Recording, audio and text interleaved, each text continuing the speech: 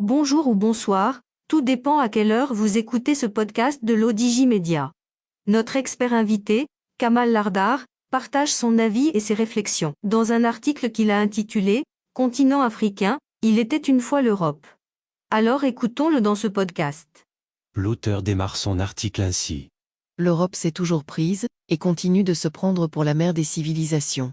Le problème, c'est que le vieux continent se fonde sur le passé pour extrapoler sur le présent et sur l'avenir. Nous ne dirons jamais assez merci à l'Europe pour tous ses apports qui ont façonné avec tous les couacs prévisibles et imprévisibles le monde dans lequel nous vivons, la philosophie et la démocratie, l'imprimerie et le chemin de fer, Léonard de Vinci et Van Gogh, Victor Hugo et Cervantes, Pasteur et Marie Curie, et tant de penseurs et de scientifiques, d'explorateurs et d'artistes, de capitaines d'industrie et d'hommes politiques, et j'en passe, et des meilleurs, le tout ponctué du fracas des armes, qui font intimement partie de cette civilisation, dénommée tantôt indo-européenne, tantôt judéo-chrétienne.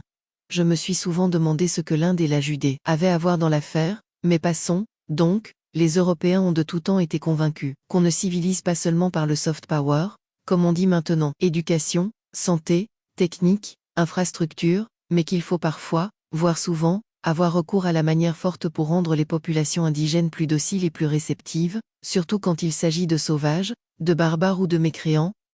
Et les Européens anglo-saxons et ibériques, flamands et français, italiens et germains, sans oublier les petites mains grecques ou slaves, déferlèrent sur les Amériques, l'Asie, l'Afrique et jusqu'à la lointaine Australie. Ces colonisations s'étalèrent sur plusieurs siècles, et permirent l'exploitation effrénée des ressources des territoires conquis sous couvert d'une domination politique légitime. L'auteur poursuit son article ainsi.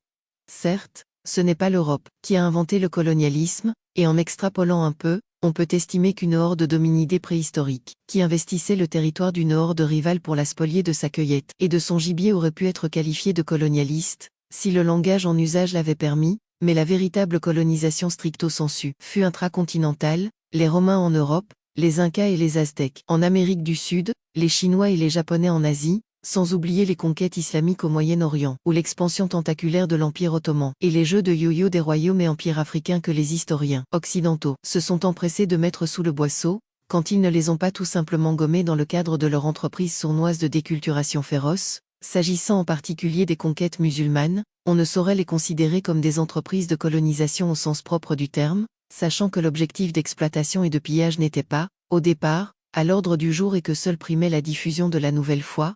D'ailleurs, cette islamisation plus ou moins forcée a essentiellement profité aux territoires conquis, Irak, Cham, Égypte, Anatolie, Perse, Maghreb, à l'Andalus, alors que le Hedjaz, pays émetteur de cette foi, a stagné durant de longs siècles, dans son tribalisme primaire. Je m'égare, mais je me défoule. Pour en venir au sujet central de cette chronique, à savoir la colonisation de l'Afrique, il importe de signaler que notre continent a suscité de tout temps les appétits des puissances étrangères qui y ont installé des comptoirs et de véritables cités depuis l'Antiquité, mais c'est au XIXe siècle qu'il a été positivement mis en coupe réglée par plusieurs États européens, avec à leur tête la France et le Royaume-Uni, et incluant l'Espagne, le Portugal, la Belgique, l'Allemagne et l'Italie. Ces prédateurs se réunirent en 1884 à Berlin, pour réguler le dépeçage de leur impuissante proie, et tracer au cordeau les frontières des nouveaux précarés, en faisant fi des réalités ethniques en place. Certains groupes se trouvaient dès lors éparpillés entre plusieurs pays, l'exemple typique, et non l'unique, étant celui des Touaregs dont les 2,5 millions de membres actuels vivent jusqu'à ce jour dans 5 pays différents, Niger, Mali, Algérie, Burkina Faso, Libye. Mais dès 1830, la France avait ouvert le bal en envahissant ce qui était alors connu comme la régence d'Alger, relevant de l'Empire ottoman, et lui donna le nom d'Algérie, de même qu'elle donnera plus tard le nom de Tunisie à l'ex-régence ottomane de Tunis qu'elle colonisa en 1881. À cet égard, il est intéressant de noter que lorsque les Européens parlent de la colonisation de l'Afrique, ils ne pensent qu'à l'Afrique subsaharienne, qu'ils démarrent à partir des années 1870, ce qui dénote, à mon avis, une sorte de colonialisme au carré, à savoir un colonialisme mitigé de racisme, comme si l'Afrique blanche n'était pas soumise au même colonialisme que l'Afrique noire, ce qui n'a jamais été prouvé, sauf pour les colons qui trouvaient, à Meknès, Oran ou Monastir, des conditions de vie plus conformes à leur modèle métropolitain, que dans la plupart des villes du Sénégal, du Kenya ou des deux Congos. L'auteur mentionne ainsi. Les règles du jeu étant posées, les Européens se sont doublement goinfrés en Afrique. Ils ont fourgué aux populations africaines, dont les pays ne disposaient pas d'industrie fabriquant en série les produits d'usage quotidien, tout leur surplus, leurs invendus et leurs camelotes défectueuses, ce qui impliquait l'interdiction, ou du moins le freinage de toute industrialisation inconsidérée des possessions concernées. Ils ont puisé, sans limite et sans vergogne, dans les ressources naturelles de l'Afrique, minérales et végétales, pour alimenter leur industrie et leur artisanat, et augmenter leur développement et leur prospérité, le tout sans pratiquement nulle retombée pour les travailleurs africains sur place, maintenus dans une situation de quasi-esclavagisme.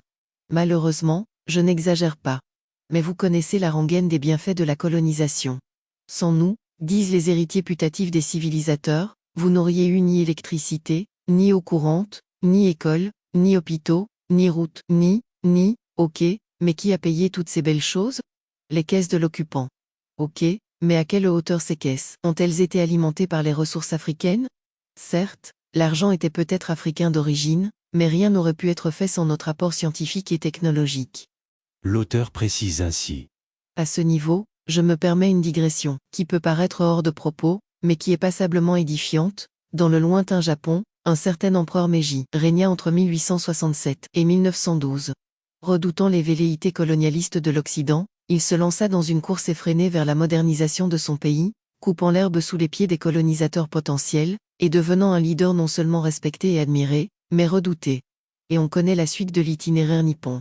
À la même période, un jeune sultan nommé Moulay Abdelaziz a régné entre 1894 et 1908.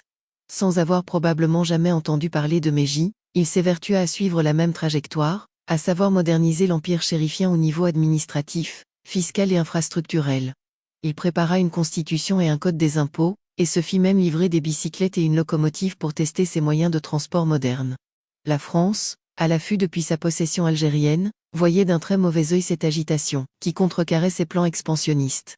Elle trouva un complice inespéré dans le corps des ulémas, intimement lié à la grande féodalité qui était révulsée par ses projets contraires à l'ordre établi, et donc à l'ordre divin. Moulay Abdelaziz fut déclaré sultan Maboul, un personnage irresponsable, inapte à assumer ses responsabilités envers une nation musulmane. Moulay Abdelaziz s'en alla, laissant le Maroc rétrograde à la merci des colonialistes installés dans le voisinage immédiat, et qui n'en demandaient pas tant. Comparaison n'est pas raison, certes, mais ça donne à réfléchir. Une demi-douzaine d'années après l'exil forcé de Moulay Abdelaziz et 2 petites années après l'instauration du protectorat sur le Maroc, voilà que l'Europe est rattrapée par ses vieux démons et ses nations se dressent, de nouveau, les unes contre les autres. C'est la Première Guerre mondiale, 1914 à 1918, se termine par 18 millions de morts, 9 millions de chaque côté, dont 150 000 combattants africains sur les 400 000 engagés, dont 40 000 Marocains recrutés par le sultan. Politiquement, la Grande Guerre déboucha sur le démantèlement de l'Empire ottoman, la création de l'URSS, la transformation de l'Empire germanique en République allemande, la restructuration de l'Empire austro-hongrois, l'affaiblissement de l'Europe et la montée en puissance des États-Unis. Ce qu'on ne dit pas suffisamment, c'est que la guerre a été délocalisée en Afrique, les Alliés ayant eu à cœur de déloger les Allemands de l'Afrique coûte que coûte, et ça a coûté effectivement très cher, aux Africains, qui ont fourni l'essentiel des troupes, qui dépassèrent 2 millions de personnes, entre combattants et porteurs. Ce contingent africain subit des pertes terrifiantes, non seulement lors des opérations militaires, mais aussi en raison des maladies. L'auteur mentionne ainsi.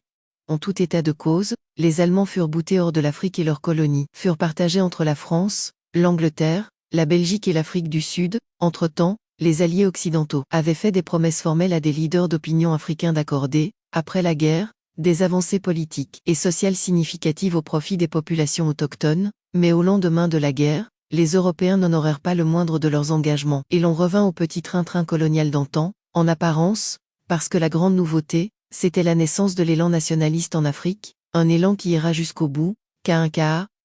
Et Kainkaa arriva la Seconde Guerre mondiale, dont les tenants et les aboutissants échappaient totalement aux Africains mais dont ils allaient, encore une fois subir, dans leur chair et dans leur sang, les conséquences de cette effroyable boucherie, qui fera 50 à 60 millions de morts et des dizaines de millions de déplacés. Parmi ces victimes figurent des centaines de milliers d'Africains sur ou subsahariens. Les statistiques détaillées semblent difficiles d'accès voire inexistantes. Par contre, nul n'ignore qu'il y eut 6 millions de juifs civils qui furent exterminés par les nazis pour des raisons purement racistes, ce qui eut comme conséquence indirecte le partage de la Palestine en 1947 et la création de l'État d'Israël, l'Occident triomphant croyant ainsi se dédouaner de toutes les humiliations et toutes les frustrations qu'ils avaient infligées à leurs juifs durant des siècles, mais avait ouvert une boîte de Pandore et créé une des zones de conflit et d'insécurité les plus explosives depuis, la Seconde Guerre mondiale. Et ce n'est malheureusement pas près de s'arrêter, en raison en particulier du soutien indéfectible et inconditionnel de l'Occident au gouvernement israélien, quel qu'il soit, sachant que ces derniers n'ont cessé de s'accrocher aux fondamentaux de leur père fondateur, à savoir l'idéologie sioniste, qui sous-tend l'existence d'un foyer national, revenant de droit divin au peuple élu, et situé, bien évidemment, en Judée, Samarie et quelque peu au-delà, toujours un peu plus au-delà. Et tant pis pour les Arabes palestiniens, qu'ils soient musulmans, chrétiens ou agnostiques, et qui occupent depuis des siècles ces terres ancestrales où sont enracinées leur mémoire historique et leurs valeurs spirituelles, ils n'ont qu'à aller se chercher un foyer national ailleurs, tous les vœux posthumes de Théodore Herzl, de Ben Gourion et de Ben Gvir les accompagnent. L'auteur précise sa pensée ainsi. Personnellement, je veux, de bon cœur, admettre le fait accompli et accepter l'existence sur le sol et dans la communauté internationale d'un État d'Israël, tel qu'il a été défini et tracé en 1947, pourvu qu'il ne maquille pas son propre terrorisme d'État, en défense de la démocratie et en lutte contre l'antisémitisme, et basta. Encore une fois je m'égare et pour revenir à notre propos, il importe de signaler que l'Afrique n'a pas seulement apporté son tribut humain à la guerre, mais qu'elle a fourni aux Alliés de précieuses matières premières alimentaires, végétales, et minérales essentielles pour l'effort de guerre. À cet égard, savez-vous que l'uranium qui a permis la fabrication des bombes atomiques américaines larguées sur le Japon en 1945 provenait du Katanga, actuelle République démocratique du Congo? Il n'y a pas de quoi se vanter, mais c'est bon à savoir, ni l'Europe, ni les États-Unis n'ont jamais exprimé leur reconnaissance, ni même un constat neutre de cette contribution de chair et de sang des citoyens africains, à preuve qu'il n'y a jamais eu, quelque part que ce soit, une cérémonie officielle et nationale, avec un mémorial ostentatoire dans le centre d'une grande ville européenne ou occidentale dédiée aux centaines de milliers de morts africains, pour que vive le monde libre. Mais les choses n'en sont malheureusement pas restées là, puisque les anciens combattants africains ont été traités après la guerre comme des sous-hommes, ne méritant que des sous-retraites, les pensions servies aux Africains ayant été sans commune mesure avec les pensions servies aux Blancs de souche. Qu'en est-il maintenant?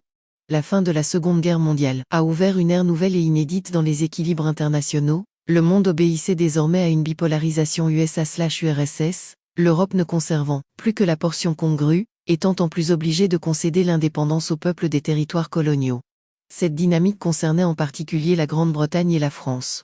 La couronne britannique constitua, en 1949, avec ses désormais anciennes colonies, le Commonwealth, ensemble de 56 États unis autour de la communauté d'histoire, de langue et de valeurs politiques et sociales. La France, quant à elle, était plus attachée à ses acquis économiques et financiers, et particulièrement en Afrique, et voulut garder une mainmise ostensible ou occulte sur cette Afrique où les intérêts géostratégiques de l'État français se croisaient si bénéfiquement avec les intérêts miniers, financiers, agricoles et autres des grands banquiers et chefs d'entreprise de la métropole, ainsi naquirent deux néologismes non seulement linguistiques, mais aussi géopolitiques, économiques, financiers et socio-culturels, dans le lexique français, et oui. L'auteur ajoute ainsi. La France-Afrique, ce terme a été utilisé pour la première fois avant les indépendances par Houphouët-Boigny quand il était membre du gouvernement français et qu'il prônait des relations privilégiées entre la métropole et ses colonies. Par la suite, le mot a pris une connotation nettement péjorative, renvoyant à des liens néocolonialistes opaques et déséquilibrés entre la France et des États subsahariens libres, indépendants et souverains. Dans ce cadre, l'État français a institué et institutionnalisé la fameuse cellule Afrique à l'Élysée, véritable et redoutable instrument d'ingérence, ayant ses antennes au cœur des pouvoirs africains en quasi-totale autonomie vis-à-vis du gouvernement et du Parlement à Paris, de Gaulle à Sarkozy, la France-Afrique a manigancé, magouillé, bidouillé pour garder la main sur ces pays longtemps perméables au chantage et à la corruption, sur ces vastes territoires regorgeant de ressources et de potentialités, non seulement pour le pouvoir français, mais aussi pour le CAC 40, ce qui n'est ni marginal ni anodin, mais bien plutôt essentiel. À titre anecdotique, signalons que Sarkozy, qui n'avait aucun atome crochu avec l'Afrique, a démantelé à son arrivée au pouvoir la dite cellule Afrique et créé un ministère de la coopération, mais quand l'éphémère titulaire de ce portefeuille a eu l'imprudence d'annoncer son intention de signer l'acte de décès de la France-Afrique, il fut gentiment reconduit à la porte de sortie, et tout rentra dans l'ordre, ou le désordre.